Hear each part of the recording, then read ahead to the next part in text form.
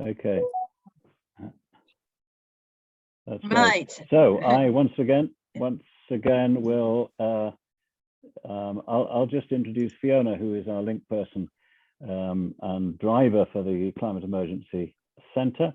I'm Richard Lilly. I'm from Climate Action Durham, and I wonder perhaps if we could very, very quickly just go around to say where we're from and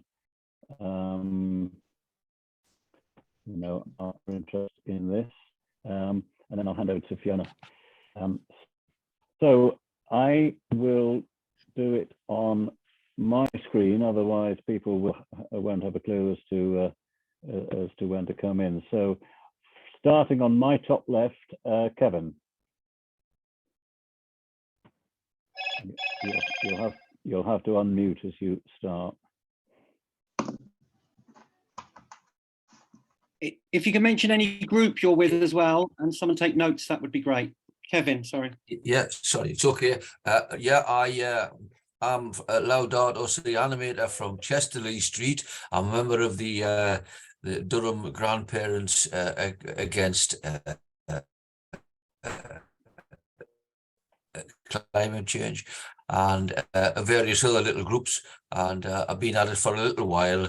And I was reminded of tonight's meeting by Karen. I thought I might have seen her, but anyway, she told us tonight's meeting, so I thought I'd like to join and see what's going down, see if there's anything I can glean towards a group that I've just started in our parish. We've got 35 people at the film, the letter, and last Monday we had 22 people at a follow-up meeting, which I was really pleased with.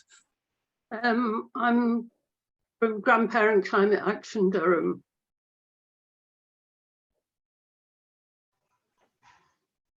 Right, Sally. Sorry, Richard. No. Fiona, do you want to just? Sorry, my internet connection is going a bit slow, so if I am not responsive, then please. Okay. Fiona. Hello, Sally. Who are you? I'm Sally Stepanian. I'm from Bishop Auckland Climate Action.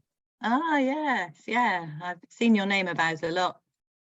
Jill Hollingworth. Yeah, well, I live in Durham, and I try to get to the climate crisis meetings, but the main thing I've got is great concerns about what isn't happening, and very pleased to see that local action is being developed. Thank you. Sarah Banks. Sarah from Eshwinning Climate Action Durham and Durham Green Party. And Jill. I'm Jill Turner, and I'm involved with the Hexham Climate Cafe, but also Health for Extinction Rebellion and MedAct on the Climate Justice Coalition. Great. And Tom, I recognise Tom. Hi everyone. Hi, Tom. I'm a resident of Durham. Let's say that. And you do great videos on climate related things, and you've moved from the council to the university. It's not secret, is it? Okay, Barry, I can only see the top of your head, but you are there, aren't you? Yeah. Yeah, I'm in Grandparents Climate Action Durham, and I'm from Eshwinning. Yeah, there's quite an enclave in Eshwinning. Liz, can you unmute? Can you hear us? Good. Yeah, yes, I'm from Climate Action Durham and also the Grandparents Action Group in Durham. Yeah. Lovely. Bill? Hi, I'm Bill. I'm from Grandparents Climate Action in Durham, and you know, I've been interested in other groups as well. I live in Langley Park. Yeah, very active group, Grandparents Climate Action in Durham. Will is next. He's waving. Can you unmute, Wilf?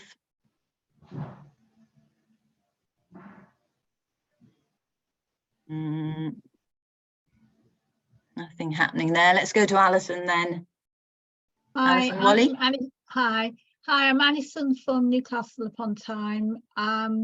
I'm involved with the Tyne and Wear Divest campaign. We're trying to get the Tyne and Wear Pension Fund to divest from fossil fuels. So yeah, I've just come along this evening to find out more about the climate emergency hub, because it sounds very, very interesting. Great. Kirsty. Can you hear me? Yes, yes, Oh, we that's can. right. I'm Climate Action Durham, and very concerned about, have been for quite a long time, and also a member of the Green Party, and I'm also involved in trying to ginger up the churches in Durham. So thank you. Sounds interesting. Will's still not around. John Tomkinson. Yes, I'm a Durham resident, very concerned about this whole issue. I am a grandparent, but I'm not in the grandparents group, but perhaps I get details about that and join. So very interested in what's happening, and hopefully play my part. Great. Felicity.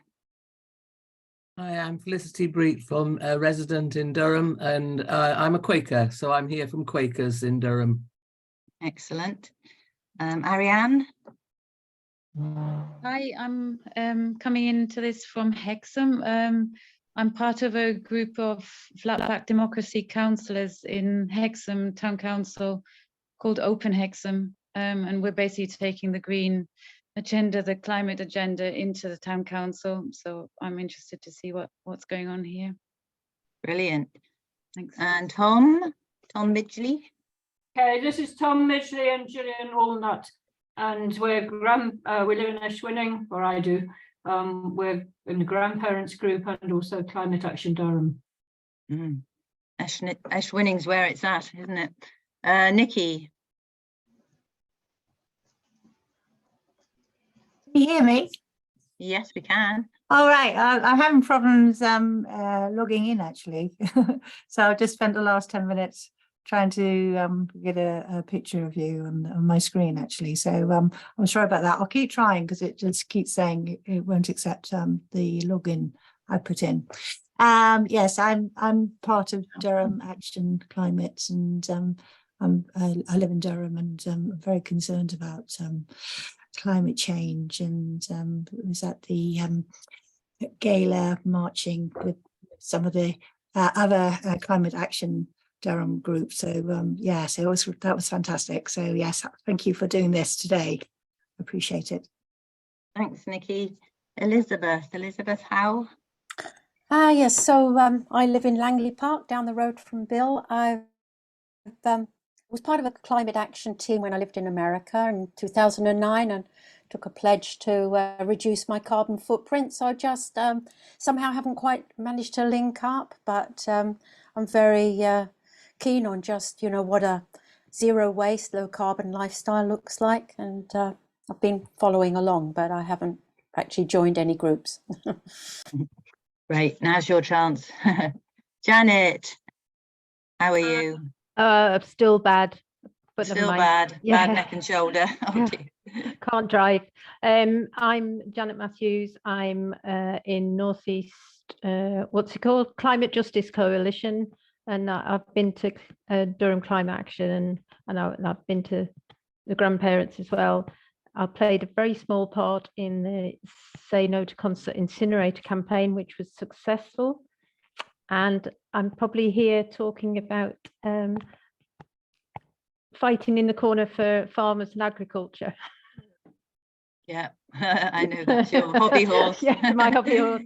We want diversity and lots of different skills. That's great. Julie, wow, Julie's here. She's very busy. Hi, Julie. Yeah, I am busy, but I think this is a really important meeting. So I'm Julie Ward. I live in a number of different places. So I'm in Teesdale at the minute, but I also live in Sunnyside near Tow Law, and I also spend time up in Newcastle with my grandchild and soon to be born new grandchild. My main activities and interests are with Northeast Climate Justice Coalition, but also with Culture Declares Emergency, which is an international movement and campaign, and which does work with Indigenous people. So I'm trying to get the cultural sector to put this at the forefront of their work, and also to use arts and culture as a tool for engagement. Great. Thanks, Julie. Ross? Oh yeah, I'm there. Hi. Good. I'm an environmentalist. I've spent most of my life in forestry, and I specialise in continuous cover forestry and urban forestry. Good. You've got skills we may well need. Thank you. I think that's, I don't know if Wilf, are you there, Wilf? I think I know this Wilf, but he's not responding. There he is. Yes. Sorry, just finished eating. Okay. So I'm from Climate Action Durham, and well, mostly concerned with government inaction. Yeah, in a nutshell. Okay. Fiona, I can see more people. They'll come in. There's 31 now. They just, anybody who has anybody not introduced themselves who wants to? I think introduce Mark Wilkes. Mark, would you like? Yeah, hello everyone. Sorry I've come in late. I was actually putting leaflets through doors and then realised what time it was, so I raced home. Yeah, I'm Mark Wilkes. I'm the cabinet member on Durham County Council for neighbourhoods and, more importantly, climate change. And I've been doing that job now for just over 2 years. And over that period, we've brought forward our targets for becoming carbon neutral as a council and as a county. We've introduced an ecological emergency to the county, and we're just working as hard as we can on the council to bring in as much external funding alongside the money that we have as a council to try and reduce carbon emissions, tackle a whole raft of environmental issues as quickly as we possibly can in very difficult situation when you think about the financial situation that everybody finds themselves in. But for me, it's the most important part of my job, and it's the most important thing that we should all be doing. So yeah, that's me in a nutshell at the moment. Oh, great. Thank you for coming along, Mark, because we hope to do this cooperatively with the council. So great that you're here. Victoria, do you want to quickly introduce yourself? Hello, yes, I'm part of Climate Action Durham. I'm also a parish councillor in the city of Durham, and I've chaired and I'm now vice chair of our environment committee. Great. Okay, I think that's everybody, and I think we probably need to crack on anyway. JP's got his hand up. He hasn't introduced himself. Oh yes, JP. Yes, I met you the other day in Durham Green Drinks. Sorry, JP, go ahead. Yeah, just sustainability coordinator at Durham University. Yeah, interested in this sort of network.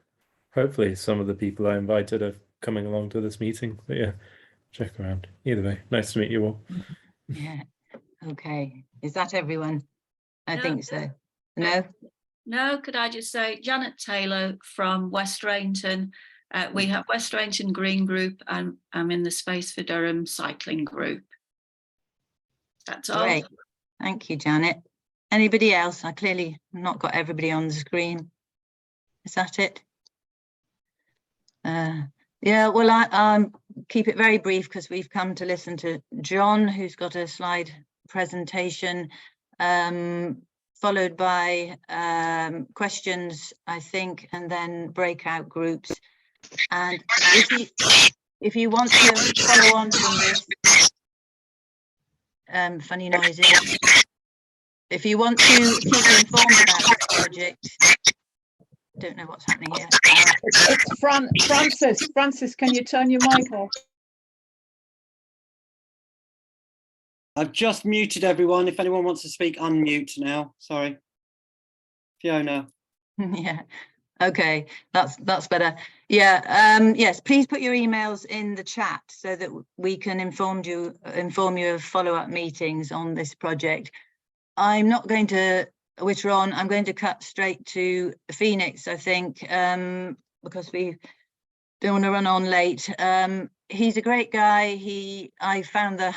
I got emailed the handbook, the CEC handbook, by a scientist, activist friend. I was drawn to the fact that we could set up a climate emergency centre in an empty premise in 10, didn't say easy steps, but I thought, yeah, that sounds doable. I'm very much a believer in building local democracy and community support and resilience in the absence of global leaders acting responsibly. So yeah, I'll hand over to you, Phoenix, now to crack on. Okay, lovely. Let me just see if we can share screen there a sec. Okay, well, let's just have a look. Right, so you should be seeing a screen coming up there. Let me just press slideshow, probably help there. Slideshow or share. 1 second, get the text sorted. Okay, tell me when you can see something coming up. Okay.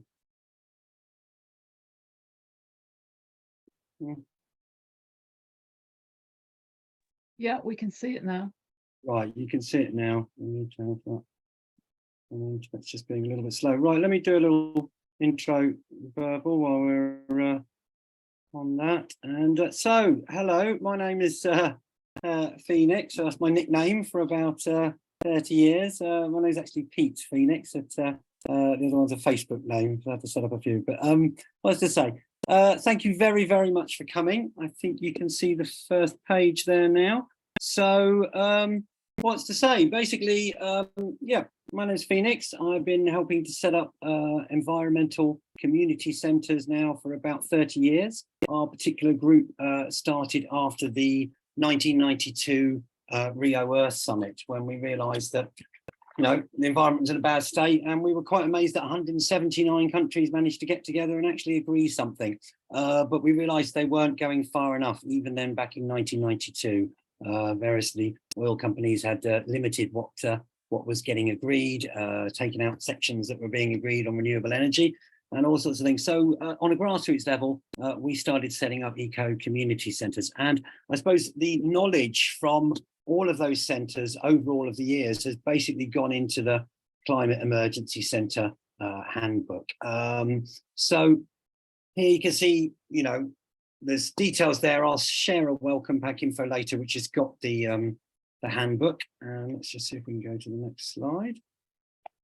Okay. Oh, there we go. 1, 2. All right. So what is a Climate Emergency Centre? They basically have a solutions focus, really, and they're locally inclusive, about connecting many different groups and alliance across each town and city. They've been very effective in doing that.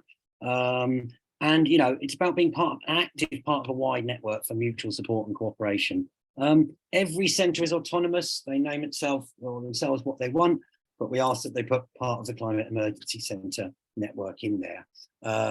So there's a picture down there on the right, there's one in Guildford there that was set up, and then another one, I think there's Abingdon, I think. But basically, there are now 22 of these centres. So it's really as an idea as time has come. We wrote the handbook during lockdown. Seemed like a lot of groups really want community space to get together and do something. In every town and city, we found over the years that there are so many good groups and projects, and half of them know each other already. But when you get a physical space, many groups come out of the woodwork and start sharing and cooperating ideas, resources. So many councils have passed a climate emergency. There's over 300 now that have declared climate emergency. Great website to go to, climateemergency.uk. They've got council scorecards, and they score every local council about what they're doing, for the environment and towards their climate emergency action plan and getting to net zero by a certain date.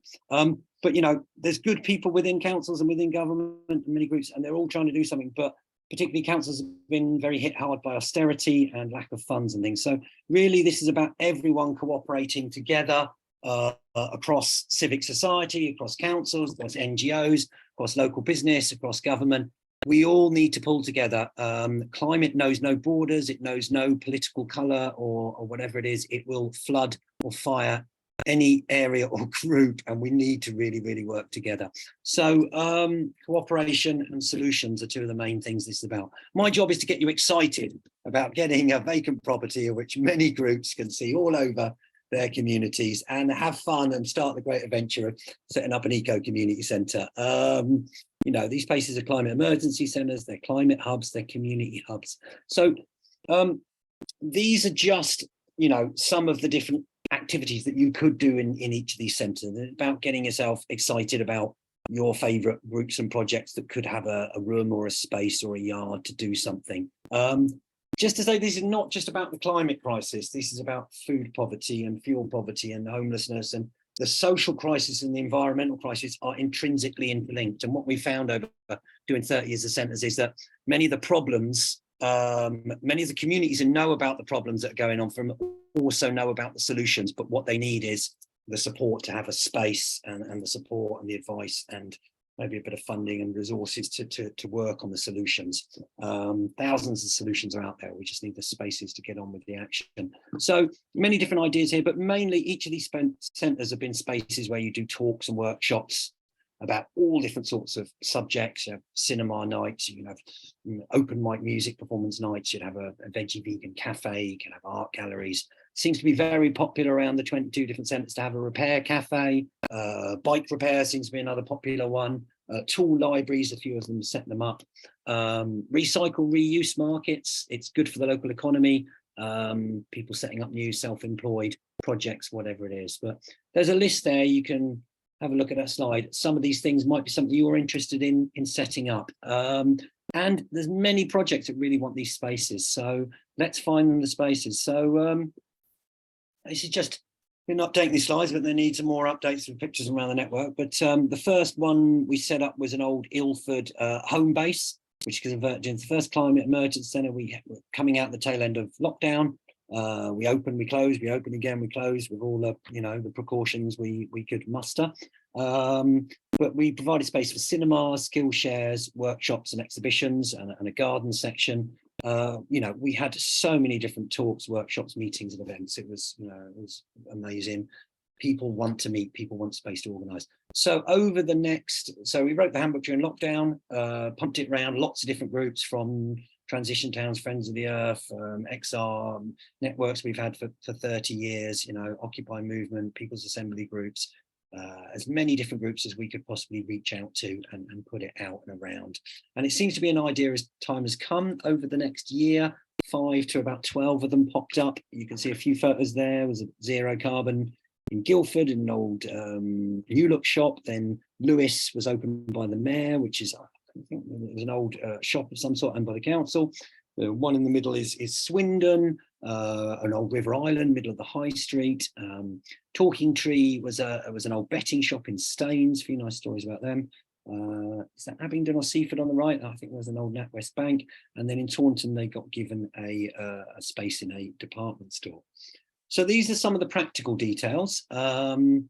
Basically, we found this out and, you know, we've put it into this handbook and we've put it around the country. But basically, if you are a not-for-profit of some sort, legal entity, basically a not-for-profit community interest company or a charity, there's another entity there, Fair Shares Commons Company, which is like run like a co-op. If you obtain a privately owned building as a not-for-profit or charity using something called a meanwhile lease, this is the nub of the whole thing, really. A meanwhile lease means you use it for a year or two in the meanwhile before the owner turns it into something else or uses it. Some of these leases you get a year, anything up to 3 or 4 or 5 years, it depends. Some groups buy buildings and leave them for years. So the owner can save up to 100% on the business rates cost in the building and can optionally decide to make a charitable contribution to the new CEC project setting up. So there's a bit more info on the details of that. I think I'm just going to hop to, where's the next one on that to explain that? Sorry, just this is one in the slide. There we go. That's the example of it. I'll move on with that. So this is the basic example. This is the basic maths. If an owner, say on a 3-storey building in, you know, Swindon somewhere, 3-storey office block is paying £100,000 per year on vacant empty building business rates, a charity automatically gets 80% off the business rates. A not-for-profit or a charity can apply for, you look up Google your council discretionary business rates form, and they can apply for up to 100% if they list out, these are 6-10 things we're going to do for the local community, the good things that we're providing, and then the council decides if they want to give the 100%, which hopefully we're hoping that, you know, a lot of the councils have been really supportive and have given the 100%. But if not, the owner pays the outstanding 20%. And then optionally, the owner sometimes will make a charitable contribution to help the new CE set up. So you might get a few £1,000s spread over a year that helps you have a bit of money each month to run the project. And in return, the CEC gets a community space, and the building owner would, in that example, get to save £80,000 on the business rates. It really is a win-win-win situation for everyone, basically. As it said in the Guardian article, it's a win for the council, because they have a space where they can cooperate with a whole range of groups working on their climate emergency plan, building a bridge with the council and local businesses and local civil society. It's a win for the business owner because they save some money and funds, and it's a win for the local community because they get a space with 20, 30 groups cooperating and space for all sorts of the projects of their dreams. So a few on the first practical steps. It's about setting up different working groups. One working group about setting up a legal entity. We've got documents that can help groups setting up a community interest company or a charity, help to accelerate that and support each other doing that. We've got advisors on the network who can help people with that. Outreach is basically networking, reaching out to as many different groups in your town, tell them we've got a new exciting centre set up, getting working together. Relationship with the council is really, really important. This is one thing Linda, our top strategist with Space Generators Charity, has been telling us. It's about building relationships. So you need relationship with individual councillors. Great to see a couple of links in here, and also the council officers. And they're different in each council, but reaching out to the climate change officer, the asset manager, the regeneration manager office, these things are all really important to build that relationship with them personally. Basically, it's really, really needed. And then finding a physical building, make a list of the empty buildings, get on your bike, go and find them, and then you can. There's a thing in the handbook how you find out who the owners are. And then, Space Generators can help groups approach. We're being offered buildings around the country now by some groups, developers and other groups. So, help with one of the hardest bits really is setting up legal entity and negotiating with property owners. And we're here all as a network and as a group to help each other with that and accelerate scaling up, getting these centres. Like I said, there's 22 now. We're hoping there'll be 30 or 40 within the next year or two or more. And then we all help each other as a network. So benefits to the building owner, they save money, gives back to the community, stops some deterioration damage that happens, it protects the property. There's many benefits to the council there. There's a lot of different stories we could tell you about good feedback coming back from councils about what's going on. We had the leader of Leeds Council come to the opening of the Leeds Climate Emergency Centre about a month and a half ago. They've got a building, it's on the 7th floor. Great that they've got 20, 30 groups in there cooperating, but they need really somewhere on the high street, reaching out to the general public. Footfall is really, really important.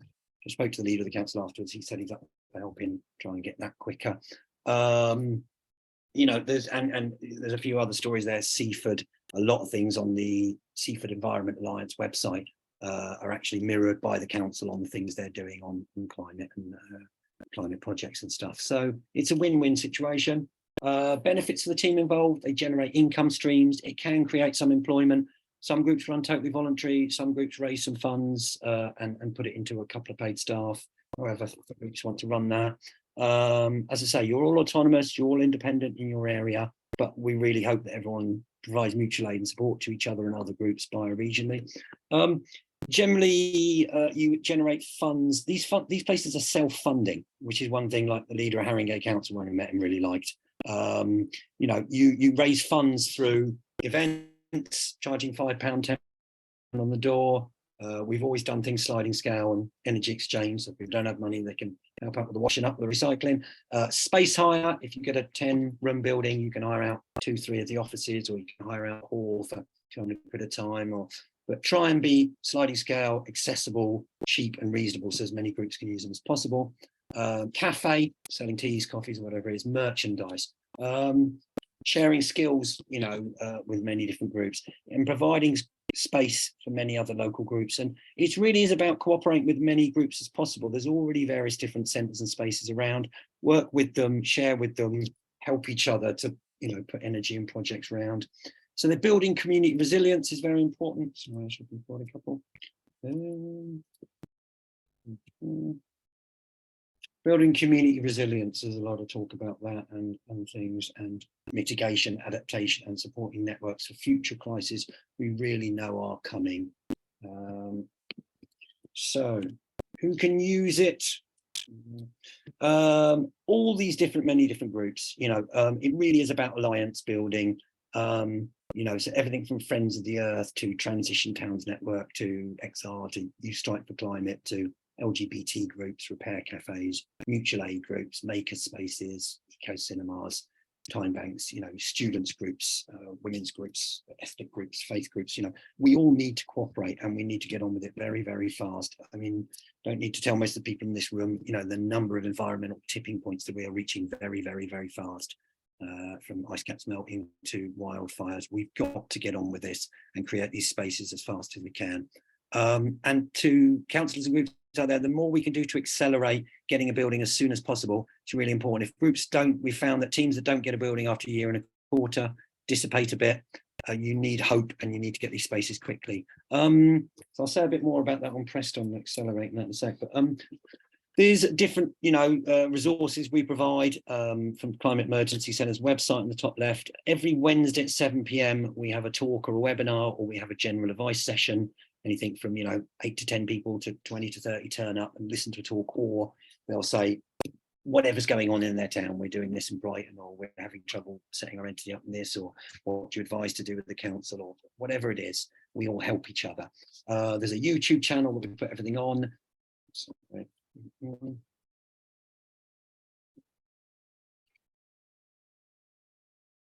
Backwards, sorry. YouTube channel, Space Generators charity there. We're the legal entity that, you know, we originally set the first one up. We help and advise a lot of groups with setting up new spaces. So basically, you can email us at climatec@gmail.com. There's a Telegram chat group as well, and also a Facebook group there. I think that's out to Climate East Centres. So that's that one we've done. Just quickly, some people asked about the outgoings, considering, you know, it's not as big or as full on as you think. There are property owners will sometimes contribute towards these utilities. We found in the negotiation, sometimes a cap of up to £400 a month, because they're saving a lot of money towards your utility bills, and over that you have to pay. Insurance for public liabilities, maybe £300–400. There's the cost of maintenance of the building, material and fixing. But if you get a good list of friends on a repairs and maintenance working group, electricians, plumbers, builders, you can reduce that cost. And reducing the electric cost, doing an energy audit as soon as you're in, using reduced energy light bulbs and cutting down on various appliances that use a lot can really help. And I think we've said there's a few income possibilities from donations, cafes, space hire, and the rest. So there are CEC teams. I need to update this, but there's now about 40 plus all around the country. And that's anything from 3 or 4 or 5 people starting to get a group together.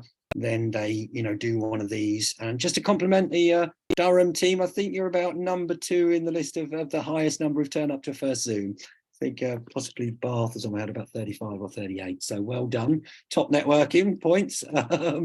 Really good to see. And you've got so many good groups just from going through there earlier, you know, the go round. It's fantastic, the energy that is in so many different places, you know, from, you know, grandparents on climate action to justice coalitions, XR to climate action to flat pack democracy to local councillors to farmers and agriculture. A group mentioned the other day, there's farmers assemblies going on in Wales. It's going to follow up. You know, urban forestry to you know, to all sorts of good groups going on, from Durham University to cyclist and green drinks. You have a lot of energy in this group, and there. So let's find a space for everyone to meet and cooperate. This is, again, needs a bit of an update, but the red ones were teams and the green ones were physical buildings. That definitely needs an update. There are now, as I say, about 22 physical buildings and about 45, 48 teams.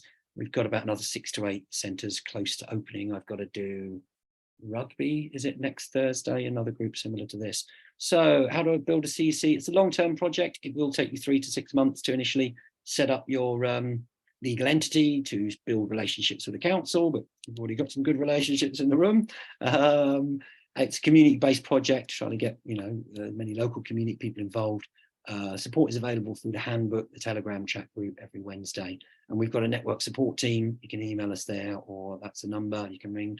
And we always need help with the general overall network support. If anyone has any spare time and capacity, please get in touch. There's a lot of opportunities, a lot of groups coming in.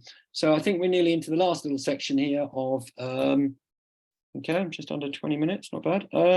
So basically, some pictures speak 1,000 words. So on the left is, imagine old River Island there on the left in Guildford, next to the McDonald's just over the road. Absolutely high footfall, and they turned that from I think it was a new look shop into zero carbon Guildford, packed with solutions, packed with lots of really good talks and workshops and exhibitions and electric bikes and kids areas and insulation demonstrations and solar panels and vegan shop and all sorts. The Talking Tree on the right, another great success story, was basically it was an old betting shop.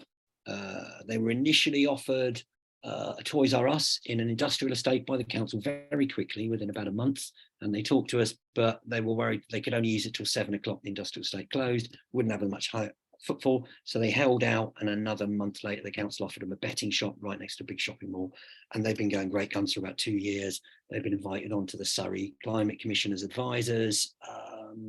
What was the other one? The great one, we encourage groups to do people's assemblies once every couple of months to link into groups, to get knowledge from the local community and feed it into the council. And Vanessa from Staines rang me and said they've been offered £12,000 grant from the council to carry out 3 people's consultation assemblies, and then the council has promised that they will really listen to everything that has been put in from these groups, and the aim is to put them towards changing policy and put new policies in from what the people in the local area want, which is the plan's working. It's fantastic news. I think Bristol Council said to Jamie Kelsey-Fry on the People's Assembly Handbook that you're pushing on an open door. Bristol Council wants people's assemblies. Just get on and do them, and we will listen to the results. Swindon, lovely story from Swindon. We chatted to the CEO, or Linda did, from the Swindon Debenhams. They turned out in the end they gave the building to the it was the it was River Island. That was it, River Island building, and they've got a beautiful 2-story space, packed it with talks, workshops, stalls. Swindon's much stronger on community groups. They had about 30 community groups involved and about 4 environment groups, and all sorts of activities, grandparents and older people, as well as pool table for the youth, men's mental health, furniture recycling, charities. They had a sort of reggae night upstairs. They've had all sorts of markets and recycle, reuse things. So a beautiful story there. I'll try to tell some more stories here. Was the the property agent. We helped get a job in Swindon, managing some of the other properties that we know from another project. He said that the Swindon Community Hub, that's what they're called, has managed to bring a large amount of footfall back to the high street after COVID. And it's one of the centres of the high street because people come there right into the evening to attend activities and obviously then go to the local shops as well. So this is just pictures at the end section, really. This is Ilford, the first climate emergency centre, massive old home base. This was a local council climate hub. They hired us out for a day at a very reasonable rate to do 8 different tables on what would you like to see in the community hubs, climate hubs that we put around the borough of Redbridge. And there were tables on community spaces, women's issues, knife crime, violence, gangs, green spaces. What would you like to see? All sorts of, and lots of discussions. We had all sorts of conferences, talks, workshops, meetings, discussions. It depends on the size of the building you get. You can get a small place, or you can get more experience, get a bigger space, but we recommend groups go for small to medium and then expand. This was the community cafe. Various days we were open and all sorts of people coming in. This was an eco fashion show, local volunteers, brought tears to my eyes nearly seeing some of the volunteers. I wasn't there, but I saw the video doing an eco fashion show towards the end. Some of the youth playing table tennis, coming home from school, getting involved, meeting the old people, meeting the young people. It's one of the themes, get old and young together and get them sharing knowledge and wisdom. This was open mic poetry night. We really encourage groups to do music, open mic, poetry, performance. It really brings that element in and brings numbers of people. Please, please, please, when you get your centre up, do some music nights. It really is a key element. There was 4 local councillors. We had the local MP, Sam Terry, as well, come and visit. And they really liked what we were doing. Had a long chat about green transition and green jobs.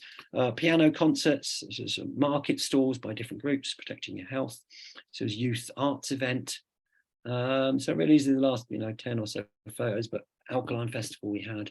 This was a new transition town group. We helped to, by being in that space, they had a meeting with 30 people. They set up a new transition town in Ilford. That's still going after we left, after our 2-year meanwhile lease. So there's bike-powered film night and cinema. These are all just examples to show you the reality and show you that, you can do this in your area. These were 2 lovely ladies who they recycled laptops and computers for schools, because during lockdown, more people needed computers, and in more deprived areas, people didn't have laptops. So we gave them a load of laptops and computers, particularly through the project and right at the end. And they were very happy and gave us this beautiful quote about what beautiful people we were as space generators and the good things that we've done. So when you get a quote like that, that's worth, we don't do this for money. We don't actually get much funding at all. We'd like some, please. Anyone out there want to help us with it? We do it on 30 years of network and phone calls and networking. But, quotes like that in the future could help us get some funding and things. This is how it starts. Last few ones really is. This is Preston.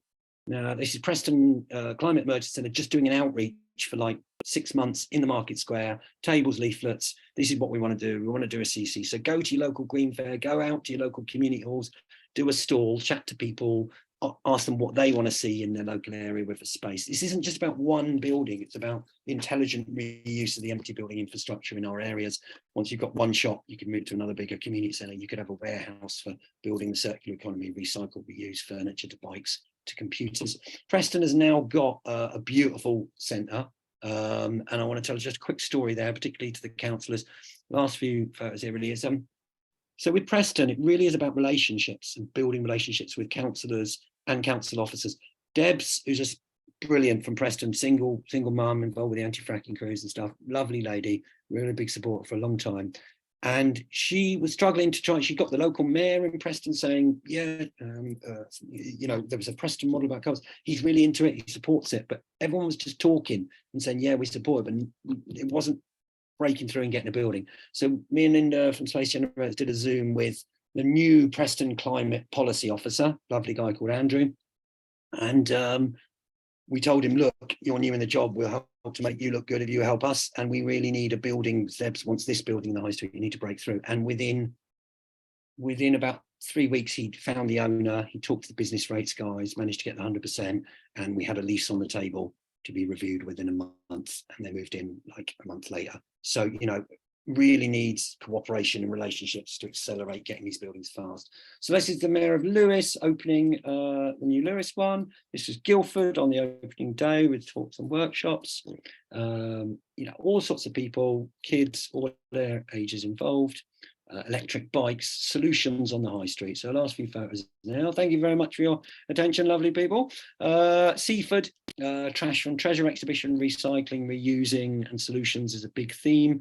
They got an old NatWest bank, and like I say, the council has put a lot of the stuff that Seaford Environment Alliance, they call themselves, are doing into their website, saying, look at the good stuff going on we're doing here. So Planet Cheltenham Repair Cafe, free clothes things, very popular. We all like a free shop and a second-hand clothes thing. Swindon doing craft markets, community hubs. This is good for the local economy. I don't push that one enough, but it is, it creates little self-employed market things that could later become a shop or a project. This is about all ages, cute kids and grandmas and drum players and musicians coming together. That is community to me. That is a beautiful thing to see. We work very hard and spend a long time on the phone talking to people in Swindon and help to get them their lease in this building. And that is the result, ladies and gentlemen, that, a short while, whatever, 2-3 months later, once they've opened a couple of months, that is all ages of people sitting in a room, chatting, discussing, listening to music, having a market with different things going on. This can be happening in Durham soon, hopefully. Swindon Craft Market. Swindon collected 12 vans of donations for Ukraine, but we could equally be collecting for any good local cause, whatever you want. We're hoping that we get, as a network, combined actions where we all go and do tree planting or adopt a local river and do things like that. It's One Planet Abingdon. They've got a cafe in the basement. What Next in Godalming's Climate Emergency Centre. Telford's swap items, Climate Emergency Centre Portsmouth.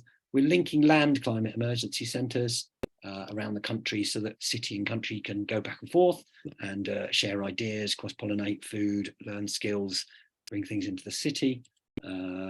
Lincoln, great group in Lincoln, working on their climate emergency centre. Links to different talks and workshops. Islington Climate Centre, lots of work there. So that's it, I think, tail end there. That's a way to contact us. Please do email us your email if you haven't put it in the chat. Check out the website. Join the Telegram, a link I'll put in earlier. It's about solutions. It's about the intelligent reuse of the empty building infrastructure in every community. It's good for the community. It's good for the environment. It's good for the economy. It's good for the local council. It's a win-win for everyone. So, ladies and gentlemen, please get excited, get enthusiastic. You've got a great group here of 32 plus amazing people and groups already. Let's try and find an old shop or a space with the help of the council and the councillors, or a private group or developer. And sometimes, you know, if it's a private group, you get a little bit contributed towards helping your centre.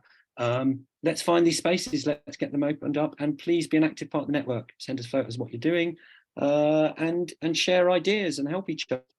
Okay, build a climate resilient future focused on solutions. Thank you very much for listening. My name's Phoenix, I'm a nickname. My name's Peter. I'm a trustee of Space Generates Charity, and I help one of the many coordinators of the Climate Emergency Centre Network. Thank you very much for listening. Over to Fiona, and thank you so much for coming and give us your precious time. Over.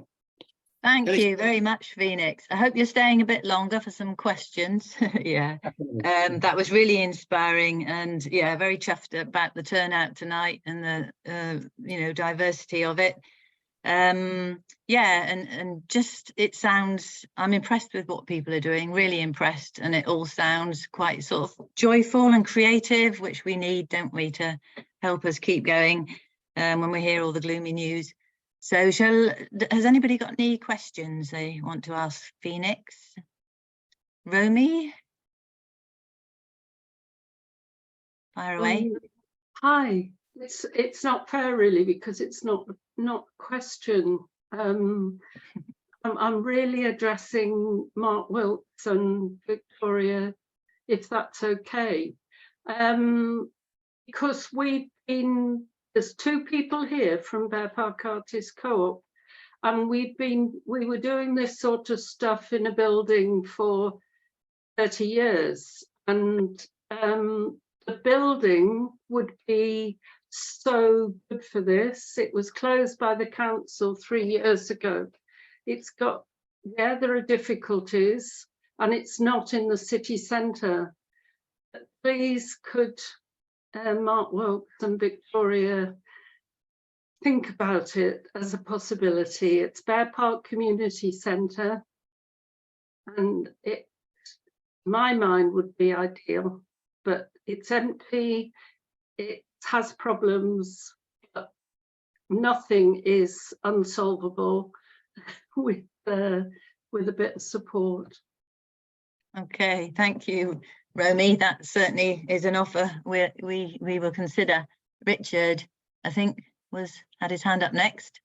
Richard Lilly. Yeah, thanks, Fiona. Just wanted to ask Phoenix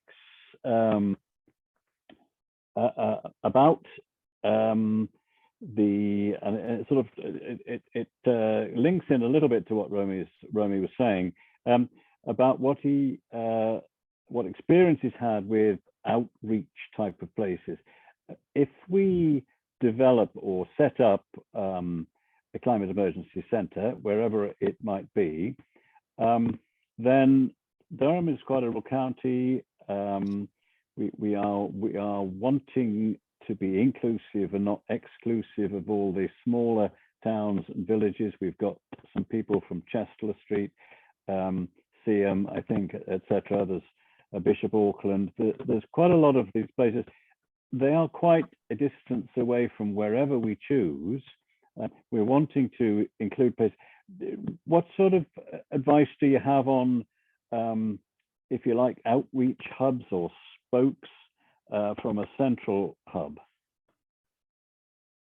Very good question. Very good question. So what's to say? I mean, the first thing that comes to mind really there for me is that we have a phrase, this isn't just about one building. This is about the intelligent reuse of the empty building infrastructure in every town and city. Now, we've gone on for years about recycling bottles, cans and plastic. Why aren't we recycling our biggest resource, which is vacant property? It's there, everyone can see boarded up spaces in their communities. So the question really is, if you can start with a building, gradually with time as groups link up in the alliance and the team builds and the working groups build, you can potentially have other buildings open. Like in Hull, very lovely guy called Alan, he's been running similar reuse projects for about 30 years. And they've done, I can't remember the exact number, I think it's about 35 to 40 buildings over the last 30 years on meanwhile leases. So you know, what's the centralized and there's decentralized, and then there's groups that, I mean, like Climate Action Leeds, they are working on 8 hubs around Leeds, and they've got the 7th floor building, but they have groups that are working to get a building. It's taking time, it should be quicker, but they're working to get 8 hubs in. Leeds is a very big city, and they're going to have 8 hubs around. They did get 2.5 million funding from Central Lottery somewhere, I think. I would say it's good to start and have a space that is high footfall on the high street where there's a lot of people. Don't get stuck far away, you know, right on the edge of town in an industrial estate, because it's much harder to bring people there and to get that head of energy and excitement and steam. But once you've got a building open, you could potentially open up a warehouse for recycle reuse, or another one that's further out, and use the one that's more central to channel people to the new space and the new project. Yeah, I hope that helps. Anyone can ask questions, or they can just feedback, or they can comment in any way they want on what they want to talk about. Over. Okay, that was a fairly thorough answer there. Let's go to Mark Wilkes, who's got his hand up. Yeah, I mean, I think I would agree with Phoenix in terms of the point about you have to have a central location when you're starting off with these things. I think Durham City is probably the most connected place in the whole county when it comes to dealing with climate issues. But obviously we've got 14 towns, and it'd be great at some point to have some kind of facility like this in every single one of them. But I think Durham City is probably the sensible location to start looking at this. Just to pick up on the comment about Bear Park, it's an extremely complex and difficult issue with major structural problems at that building, which will take and are taking a significant amount of time working with the organisation that ultimately owns the site, Kiswo, and I don't anticipate it suddenly, miraculously finding a solution to it overnight. So whilst I understand where you're coming from, Romy, it's a really, really difficult issue with that building. You're talking about massive costs to repair, serious cracks and other issues with it. And I don't think Bear Park, with the transport links and the location, would be the best location, to be fair, for what we've been discussing here tonight. So I think that would be my take on it at the moment. I think the key thing for me is to be able to look at what buildings we do have and how we go about getting something moving and off the ground quickly. And I think that's what I'd be taking from this, but I want to listen to what everybody else has got to say, to be fair. Anybody want to add to that? Okay, over to you, Tom Midgley, and then JP. Hi, Pete. Thank you so much for this. It's been very helpful. And thanks for the energy. Just thinking about how the group communicates and stays together. You said something about having regular evening meeting, regular Zooms, which seems like a good idea. Just wondered if you had any other thoughts about it. We were looking into Slack, but we also, there's other software like Mattermost. So you got any thoughts? Yeah, okay, so just a quick one. There's 2 levels there. One is your group particularly, I think, is what you're asking me about. Just quickly, the CEC network as a whole, we have a Telegram group I'll post shortly. We do a Wednesday Zoom every Wednesday with either a speaker, or we mutual aid and support each other with advice. I'll put that in. Speaking just on next steps and you guys, everyone relates to different communication channels over the time, but the best way, next steps from here is if you guys all, and Fiona, make sure you've got everyone's emails, plus the 2 to 4 people who said they wanted to come and couldn't come, or any ones you want to add in, get yourself a 40, 50 email list. From that, maybe ask people or do some kind of selection. What is the communication channel that people would like or prefer most? Quite a lot of groups set up a WhatsApp. Some groups prefer Telegram, Slack. Some groups look into, but you've got to do training for people on any of these kind of newer platforms. Mattermost, again, is another new platform. I got a bit over platformed out. Personally, I'm more on WhatsApp and Telegram and occasionally Signal. But I think you guys, next steps really is get an email list and do either WhatsApp or Telegram group, discuss doing Slack or training people up in it, and really get a physical meeting as soon as you can, because Zooms are brilliant and they save on mileage, but getting together in the same room, you can do Zooms in between, but have a physical meeting, get excited, meet each other, have a green drinks or whatever it is, and just follow up from this and have another meeting in a week or two and invite others and get excited. Excitement makes things happen. So yeah, you guys choose how you want to communicate. Over. Great, thank you. Great. JP?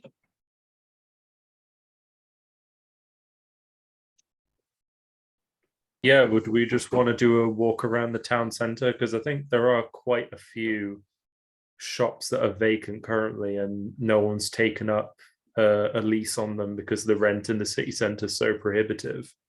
So would I can remember at least 3.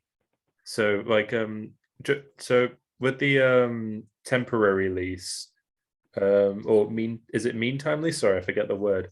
Yeah, are they normally are they normally lower cost than regular leases, or is there any cost associated with them? Or have you had anyone get money from the council in order to pay the lease? Okay, so just to briefly explain, I think you go to meanwhile.org, there's a Meanwhile Foundation, but it's a government thing they brought in maybe 10 years ago.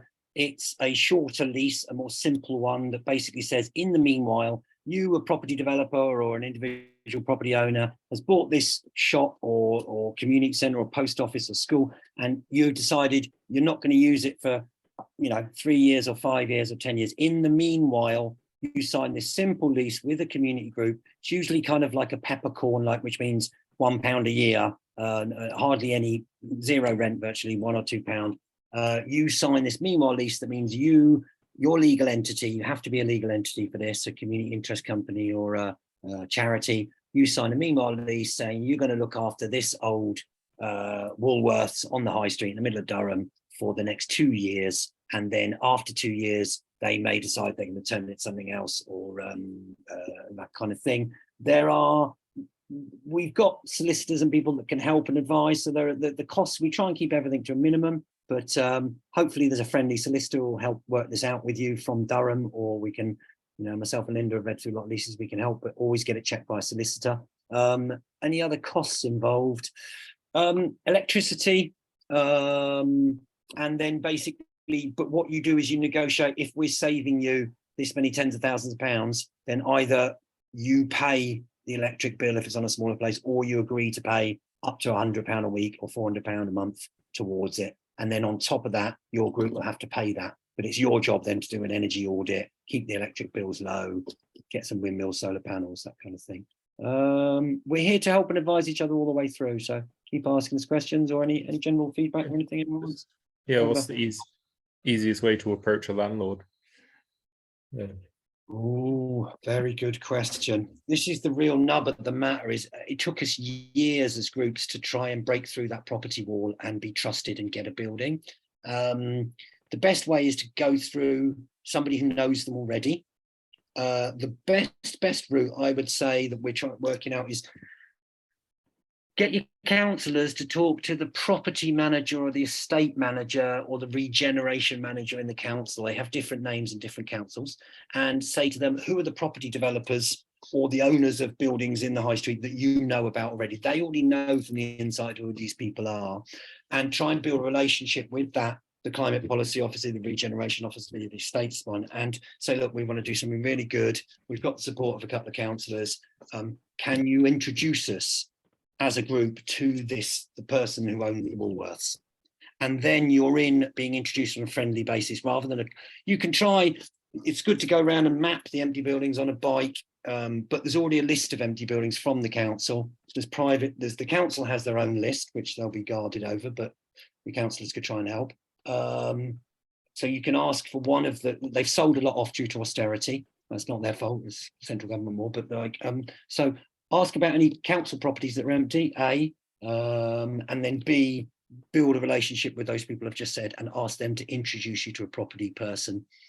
Talk to commercial property agents, explain the concept. We can save up to 100% of the rate. Do you know any properties? And the other one, you just identify the building and you have to go in cold and you research 100 Durham High Street, Woolworths on the land registry, and it will tell you it's owned by Blogs & Co. Contact Blogs & Co. and say, this is what we want to do. But you're much better going from the inside on a friendly relationship. Top tips there, over. Thank you. Richard, Lily. Thank you, Fiona. Just a couple of points.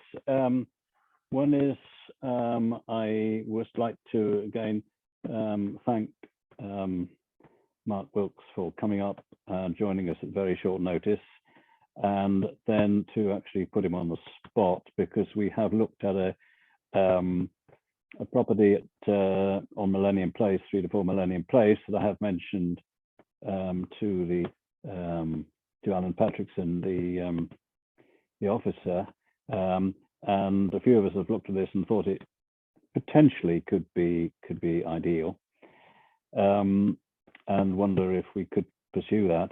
And the second point is just to say that to get us started, if you're all agreeable to have your emails on our mailing list, I can sort of subdivide it into a climate emergency centre group, and so you will we can just get started on a time to meet up and then I know Fiona has looking at the platform Slack to meet on as well. So we have got this facility to just get the people here plus the people who sent apologies, just to get emails out to you all to get us started.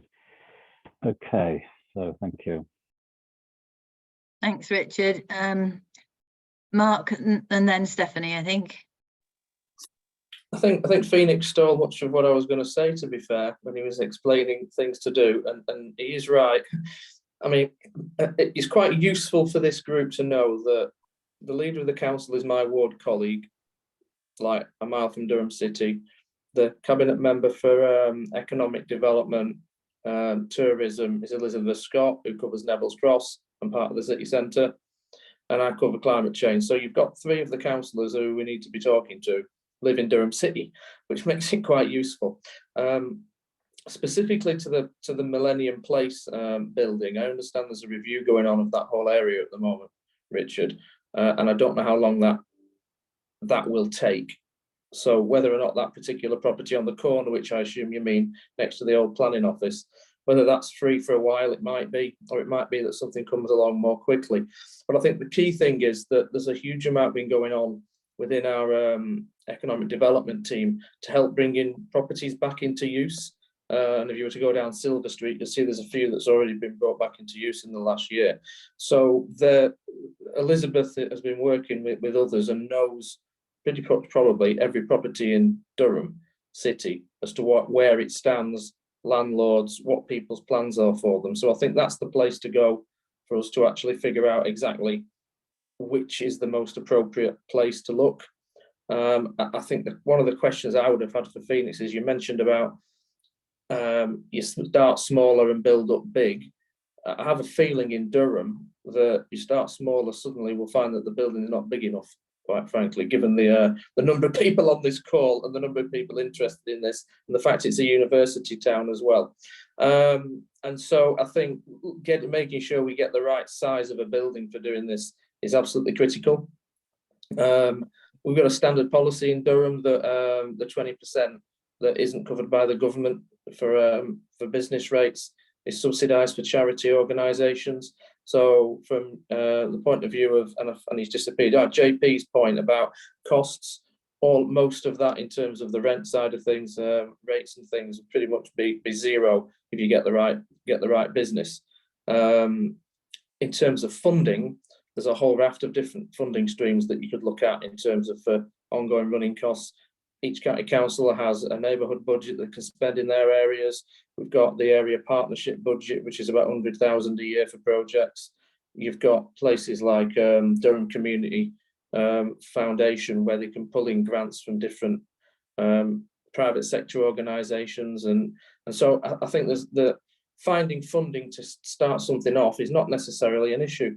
It's more about finding the building and having the right people who can work together to achieve it. And as with any community group, making sure that you've got that continuous transition, because not necessarily everybody who starts a project wants to be there a year later or can be there a year later. And making sure that you've got that continuation is absolutely critical from the groups that I've seen over the years, is that all too often everything starts great, but then you get a core person maybe leaves, moves to another area, and that sustainability bit is absolutely critical with this. Yeah, I agree with that. Yeah. So do you have any particular advice on applying for money? Sorry, Stephanie, I'll come to you in a minute.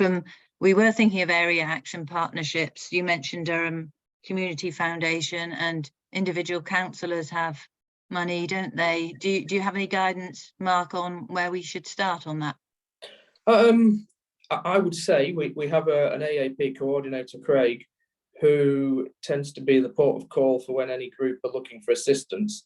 And so using that facility at the AAP, the staff we have, to then identify, what kind of funding for setup costs, it is probably the best way to go through Craig Morgan. But I'm happy to work with him and anybody else for us to look at this.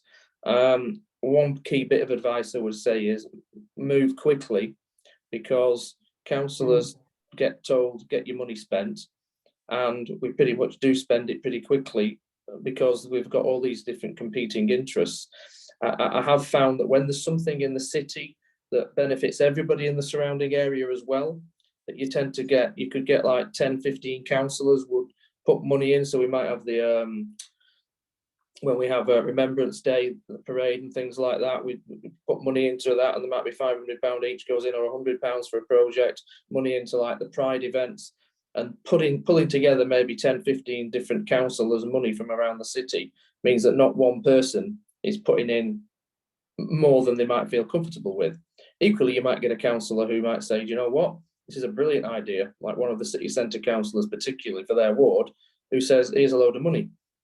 So, but the key thing is getting in there quickly, because we get the money in May as councillors, and that starts to get spent pretty quickly. The AAP takes a bit longer, so that there will be quite a fair bit of money sat there at the moment to bid into for these kind of projects.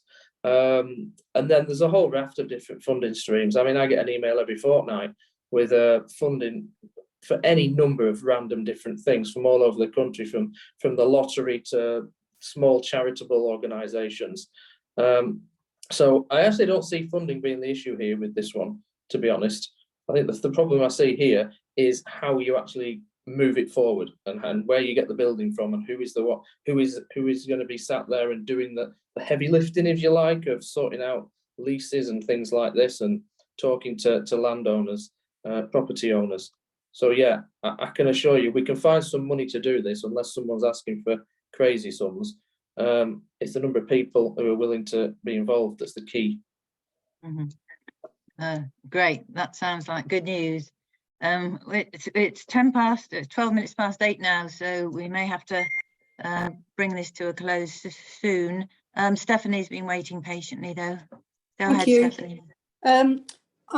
I'm assuming that most of the centres are operated by volunteers rather than any paid staff. So a very boring question, which is, does the handbook cover all the things to do with health and safety, insurance, public liability? Because that's been my sort of angle and not concern, but needing to know how you go forward on that. as long as I know there's something in the handbook, that's fine. If not, I'll have to start investigating. Thanks.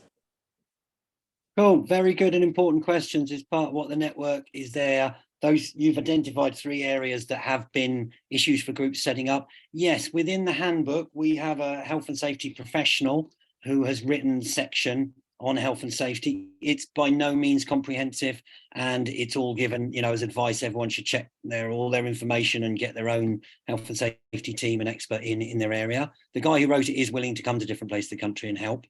So there is the basic headers on all of the health and safety and things you should be aware of. And it comes from, professional books, and he's given the links to download more under health and safety and go and do your own research. But by all means, the onus is on each group to do their thing. But yes, there's a fair size section there. Insurance is another one that we had issues with years ago. We've listed a few different insurance companies and tried to demystify it a bit. Yes, you need to describe the 6 or 8 main things that you're going to do in your centre to an insurance company. And we've recommended, there's 3 that we've found that are easier to do the insurance for a community centre with. You say, we're going to do these 6 or 8 activities and go to Penny Kid and Good or this other one or the Green Insurance Company. Just helps people a little bit along, but we all help each other there as well.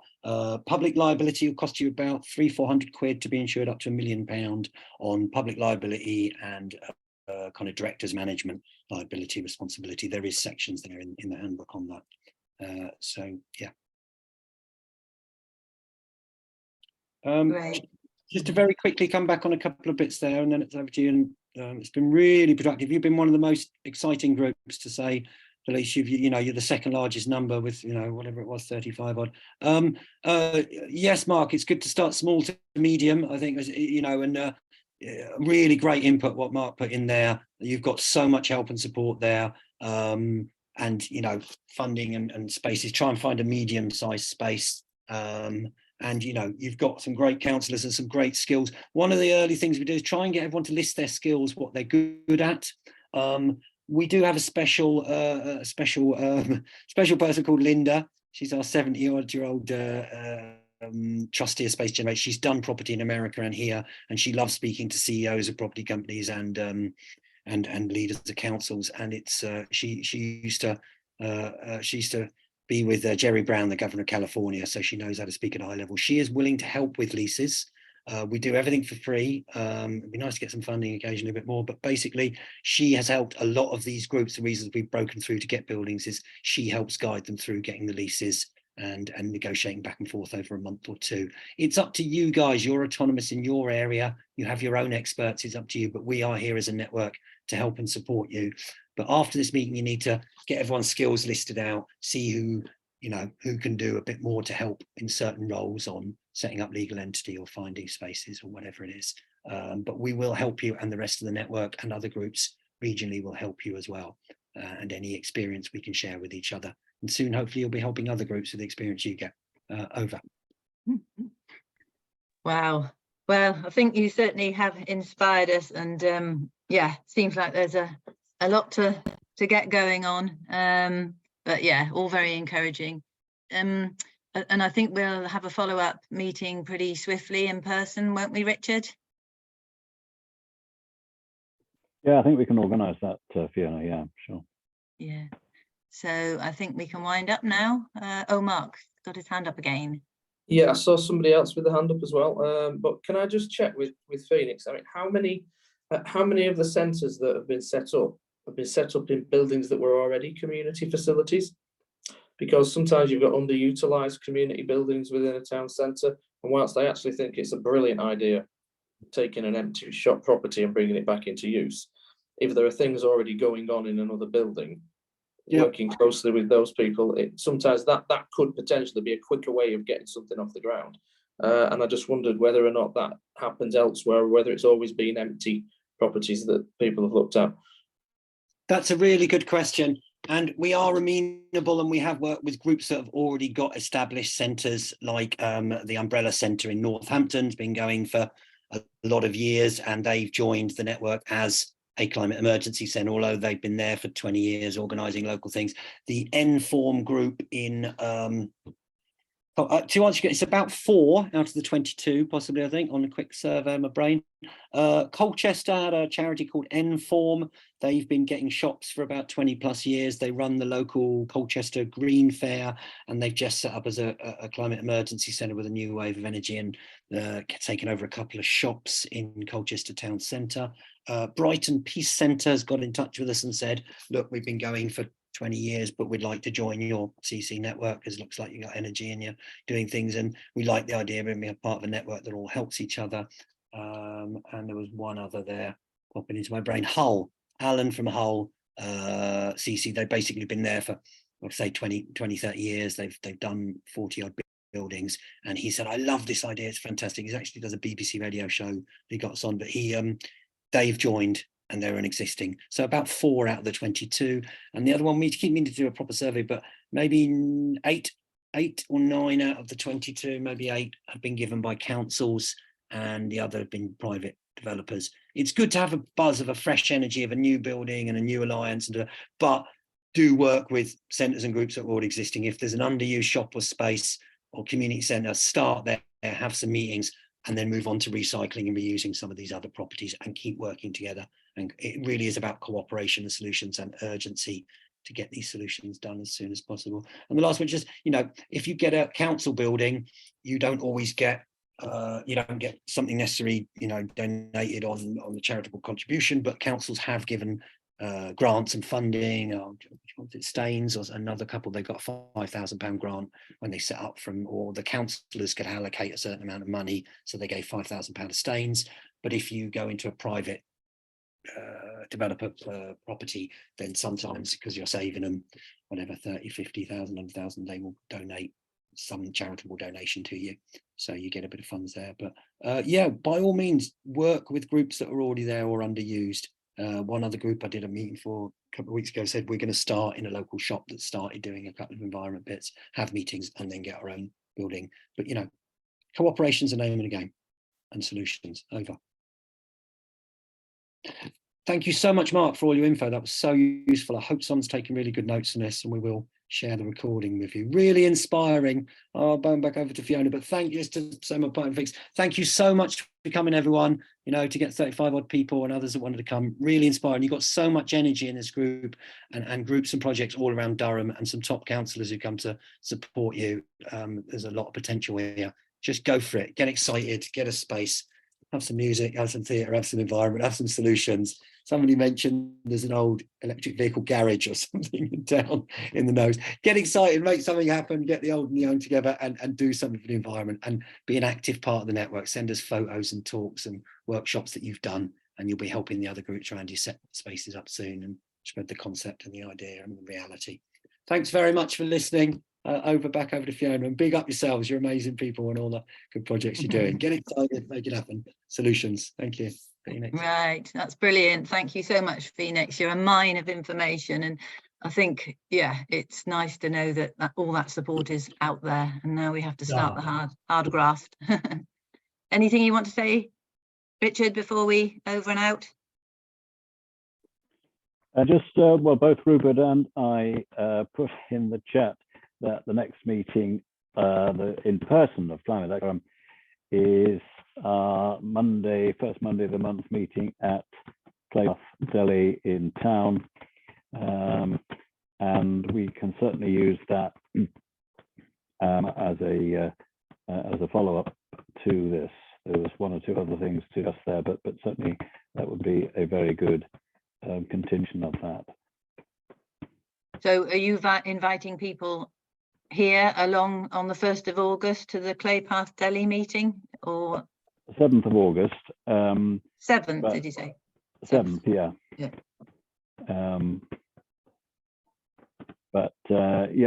I mean, if people put their emails in, then I will get out that invitation. Okay.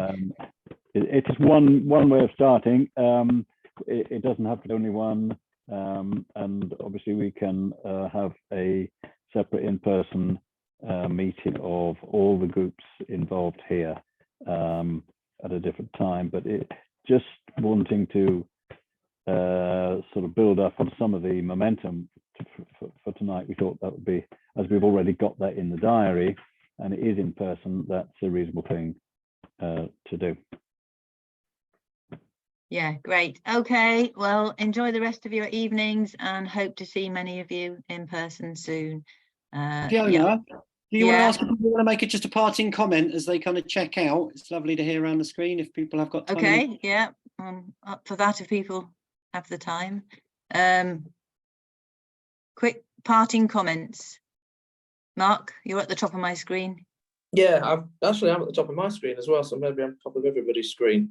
I just wanted to just mention something that I don't know if it was Phoenix or Richard mentioned about the Climate Emergency UK website, which has on all the scores for councils.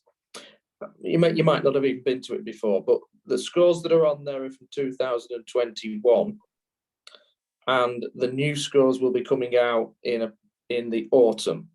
So if you go to it and see, crikey, are we that rubbish in Durham on that or that or that, just be reassured that I'm expecting us to move up that chart quite significantly.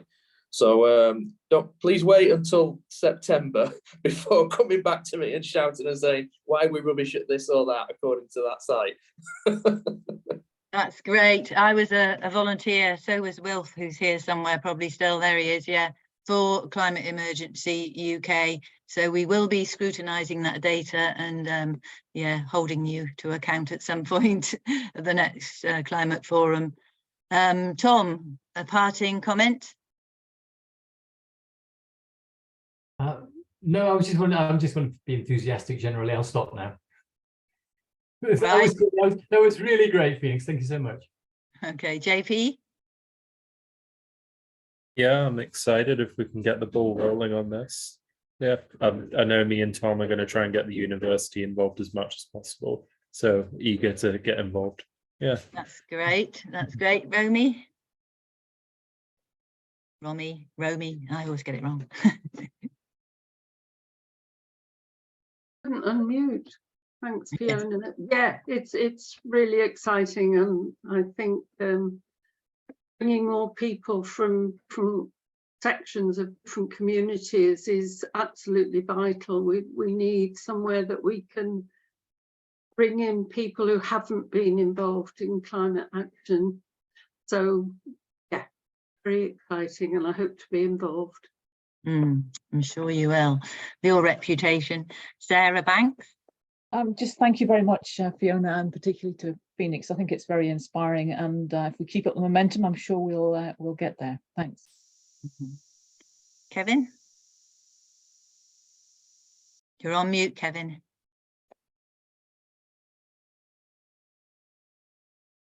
Yeah, just thank you to Felix. And when I look at this and see how much work and how many groups there are in the country, it reminds me of a question I get asked at various places, that with all these groups and other groups and all the bigger groups, has the time not come for a mass rising of it? We must be outnumbering people in power by now. We've got that many organizations growing. You know, that's what, if people ask me, and I don't know the answer, but I just think we've got to try and do our best ourselves. Yeah, the revolution's got to start in the northeast, hasn't it? Phoenix, did you want to say something? The Jarrow marches, sorry. So yeah, got the history. over goes. No, I was just clapping over. Okay. Yeah. Jill Hollingworth. Jill, you're on mute. Right, thank you for the inspirational and enthusiasm from Phoenix. Good to know there's a lot of activity in the country that's been going on for a long time. Are we having any effect on anything? And if not, how are we going to galvanize ourselves into having some effect somewhere? Because the time is running out. That's what I feel. You know, it's great to be making people environmentally aware and recycling more, but this is a climate crisis. Where are we going with this? that this is urgent, isn't it? So if this is the start of feeling, like this gentleman said before me, that maybe these groups have got to get together and start to be visible and start, you know, people power's got to matter. And this is the start. So that's good. Thank Yes, you. well said, Jill. Yeah. Yeah. And for me, the whole thing feels a lot more doable after tonight. Mostly thanks to Phoenix and to Mark. That combination of support and knowledge about these things. Yeah, well done. Thank you. Can I just say something, Fiona, to Jill? It's very difficult sometimes to tell everybody everything that's going on. But, but there's some huge, I mean, a couple of weeks ago, I was told, I went to Coxo Waste Tip, okay, where we've put in a blue recycling bin to collect NHS, the things that you get at home when you're ill. Equipment, I saw it 2 days ago, I saw it, things, right? And they're inundated. They've got a 26% increase already across the county in getting all of these things, like the little things that you need when you're trying to move around the house, or crutches, or chairs that you have in the bath. And so we've now got it in 6 of our centres already. And I have this feeling that we'll end up with something ridiculous, like 80% of all of this stuff that was previously going in the bin actually being recollected, whereas before it was about 5%. Right. So well, a simple idea from a councillor in Langley Park suddenly balloons into something amazing, and I think yes, things can suddenly change very quickly. And that's got to be a meaningful contribution to the climate crisis. There's something about your carbon footprint here, isn't there? You know, are these things impacting on this commitment to reducing the carbon footprint? Because in the end, that's what it's all about, isn't it? Just if you want to mention one thing, Fiona, that Phoenix mentioned the Jarrow March, and my wife's uncle Jimmy was one of them, and he played the drum all the way there. And what he said to me, and it's depressing because it's the same now, the door at 10 Downing Street was slammed in their face, and he said, "Well, I compare it with what's happening today." That's for Uncle Jimmy. Absolutely, I love stories. Yeah, great. Barry, He probably wouldn't even get it open today. Never mind get it slammed in your face. Oh, dear me. Right, tear the door down. Yeah, that's the spirit, Kevin. Barry, I see the top of your head, so you're still there. Do you want to say something briefly? No, thank you. Great meeting. Right, lovely. Bill? Hi, well, thanks to everybody that's spoken. It was a very interesting meeting, and I think it's very hopeful. I mean, there are a lot of potential for getting things moving quite quickly. I think from the looks of things, that's great. Yeah, thank you. So yeah, lovely. And Sally, I'm pleased to see you. I know you're quite active down Bishop Auckland way, aren't you? So I've never actually seen your face before. It's been John Purdy that's really been the driving force, because Diane, who started Bishop Auckland Climate Action, had to move up to look after her family. But we've not actually met since the pandemic, and I'm kind of overloaded at home, but everybody said, why don't you take over and start it back up again? Daniel, who was in or still is in Bishop Auckland Climate Action, Daniel's been doing the Durham Green Fair, which I haven't managed to get to yet, even though it's been on twice. And I'm surprised that Daniel's not here, actually. I don't know whether he's on Richard's mailing list or not, but yeah, I'm just looking for help, really, to do anything. So good for you. Yeah, great stuff. John Tompkinson, do you want to say a brief parting comment? I'm just about to say I've got a dash. So I'll say I've got a dash, but a very inspiring meeting. And I still like to get involved where I can. So thank you, everybody. Thank you. Thank you. Ariane? Yeah, really inspirational. It was I know a bit about CECs, but this was very useful for us. I'll be talking to Jill. Just parting shot, if you've got elections like parish town council elections in 2 years' time, have a little read of Flat Pack Democracy, because actually we find here in Hexham that by changing the council to a non-party political, well, not majority, but we're heading that way, we can bring these things up through the council, and you'd be surprised as a town councillor how many doors are open to you once you've got that council hat on. It's brilliant. Good. Wilf. I think he's saying no. Sorry, yes, I already said what. Sally. Thank you.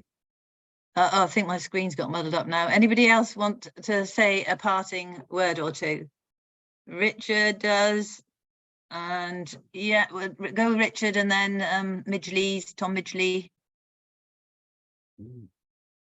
This is Liz here. I'll just say something. So many people have said inspirational, and I mean, that's absolutely what I felt it was. So huge thanks to Phoenix. And I just feel now it's up to all of us to do something about it. Thank Yeah, you. agreed. Okay.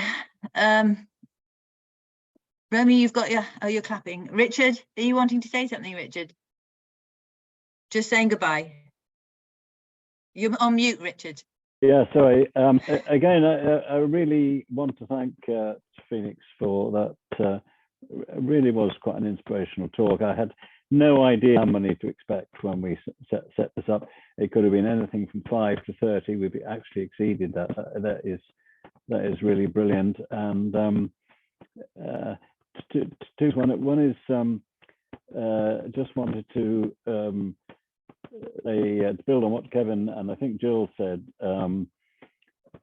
about the number of people involved. I'm quite a believer in the tipping point, and this is, I think I'm right in saying that if 25% of people can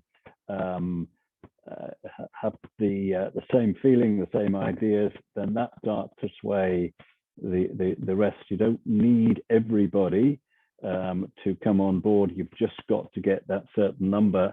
And I think if we use all the resources we've got, and it's really good to see what else is on around the country. I mean, you kind of feel that you're not alone in this, and that is really great. And it's also really good to see the number of community things that are going on, and I think there are a tremendous amount. And if we can just sort of network together and get these all joined up, and I think having a centre will help this. And we're all in it together. We will all be able to be. There's no sort of great leaders. I think we can all share in making this go forward. And the final thing, just to Mark mentioned about the Climate Emergency UK scoring for Durham, and we are planning in November. This is a slight plug. We are planning in November a citizens forum. We had this a year ago. It's different from the People's Assembly, just to look at the Durham's climate emergency response plan. There's 2, and we had it a year ago, just over a year ago. It was quite successful. We had about 80 people in the town hall, and so anyone would be welcome to come to this, and we can discuss how they're doing. And it will be using scoring as well that Fiona and Wilf have been involved with. So that will be coming out on the 7th of November. So thank you again, Phoenix, and thank you all to everybody for your comments and positive suggestions. Right. What very final? Finally, from Gillian, is it? You've been waiting patiently. Yes, I'm sharing Tom Midgley's computer tonight, but I wanted to say for myself, thank you, Fiona and Richard and Romy and Phoenix above all. I must say I've been taken back to my youth, and when I lived in London, first in half a dozen squats, then in short life housing, and finally helping to set up a housing co-op and living for as long as I wanted in the housing co-op house, and then actually I moved to the northeast. But it's something I want to say about the importance of being taken back, I think, to my youth and my roots, and knowing that what we're doing now, though it appears to be new, actually isn't, and that probably inside a lot of us there is experience of similar things that we can bring to bear on setting up the community centre. Oh, that's great. Reliving your youth. Okay, I'll say goodbye to everybody. We'll send around the recording and the chat to everybody who's put their email in. So goodbye, and we'll meet soon, hopefully. Thank you very much. Bye-bye. Bye-bye. Thank you. Thank you. Bye. Bye-bye. Bye. Thanks, Phoenix. Brilliant. Bye. Brilliant. Well done. Inspiring. Save the chat.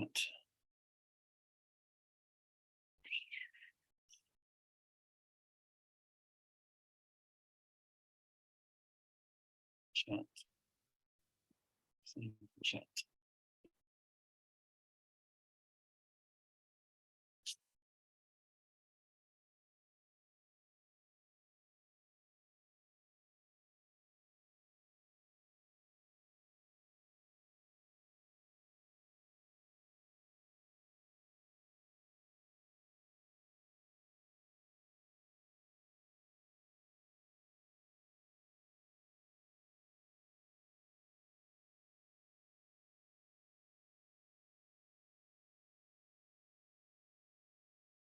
Right, let's stop recording. Just saving the chat there.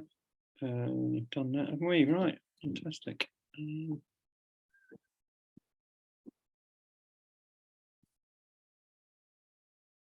Stop recording, stop recording.